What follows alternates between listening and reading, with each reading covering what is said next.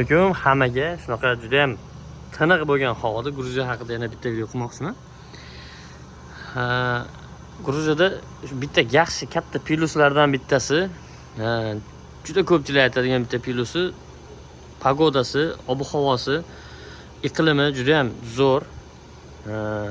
Toza havo, bu yerda doimiy yomg'ir bo'lib turgani uchun ham toza havo bo'lsa kerak, chunki qurilishlar, changlar, tog'li joylar ko'p, lekin tog'li joylar ham shunaqa bir yashil, juda ham zo'r tabiati. Bu yoqda dengiz, bu yoqda tog', tabiat juda ham zo'r, havo juda ham zo'r. Asosan bu yoqqa ko'pchilik dam olgani keladi, haqiqatan 3-4 oy vaqtini o'tkazgani keladi bu yoqqa. Ishga keluvchilar kam. Chunki ishni o'zi ham kam, oyliklari deyarli biz bilan bir xil, O'zbekiston bilan bir xil oyliklari. Qurilishdagi narxlar o'zgarib turadi. Asosan O'zbekiston bilan bir xil qurilishdagi oylik. Hatto Polshada ham shunaqa joy bo'lgan. Polshada ishlaganimizda ham deyarli O'zbekiston bilan bir xil ish bo'lgan, faqat O'zbekistonda $3000 topib bo'lmaydigan ish bo'lgan, chunki ob'yom juda ham katta, ratsenka bir xil bo'lgan bilan. Mana shunga o'xshagan narsa bu yerda ham. Ob'yom ko'p, ish ko'p, chunki men o'ylashimcha usta xalq emasda bular.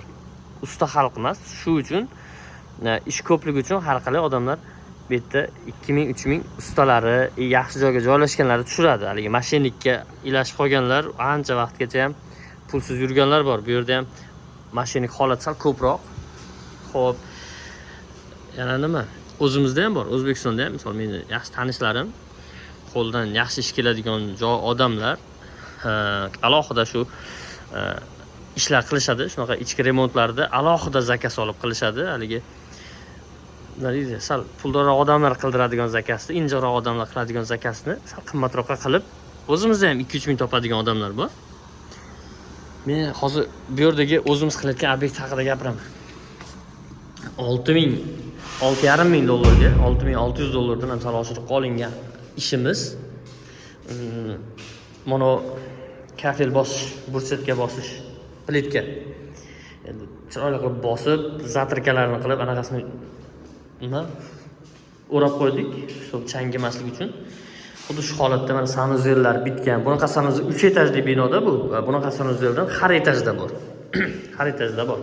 Endi bularni mana narsalarni o'rnatganmiz, mana taglarni, podollarni quyganmiz. O insolyatsiya deydi, insolyatsiyasini o'rnatib, afshvat. Bularcha ko'p vaqt olmaydi-yu. Endi hammasi shu $6,600 ning ichida. $6,600 ichida. Endi buni aytaylik 300 kvadrat kafel kitobingiz olsangiz bo'ladi. Kim qancha vaqtda qila oladi? Masalan, mana pol bitta narx, masalan, hozir so'mda qancha hisoblasak bo'ladi? 120 ming so'm atrofida bosilgan pol. Mana 45 paganometr hisoblangan, bu ham gideta so'mga hisoblaganda 130 ming so'm atrofida. 130-140 ming. Dushovoyda devorlari sal qimmatroq. Bu gideta 170 ming, 180 ming so'm atrofida bosilgan. Ya'ni har qalay injiq kafel, 45 kesilgan, 45lari anaqa nimasi bo'ladi? 45lari alohida paganometr hisoblangan. Buni zatirkasi. Masal chalalik bor. Xo'p, buni zatirkasi alohida $3 dan.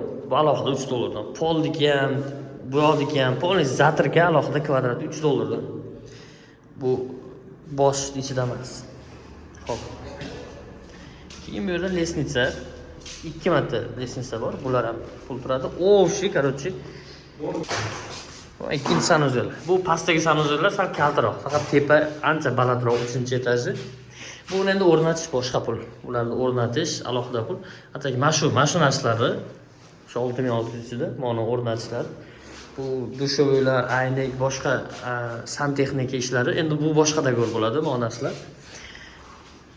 Mana shu holatdagi ish. Har xil xonaga har xil plitkalar tanlangan, sal injiqroq odamniki bo'lgan.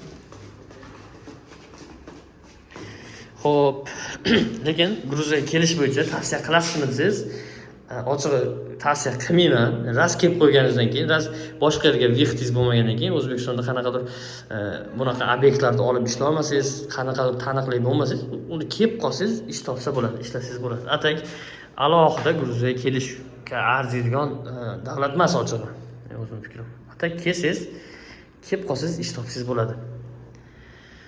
Endi nima qo'shimcha qilamiz? Qo'shimchani endi kommentariyaga savol yozsanglar, nasib savollarga qarab balki yana bitta video chiqarib qilarmiz. Poka что men o'zimizni ishlagan joyda narxlarini ko'rsatgan bo'ldim hozir.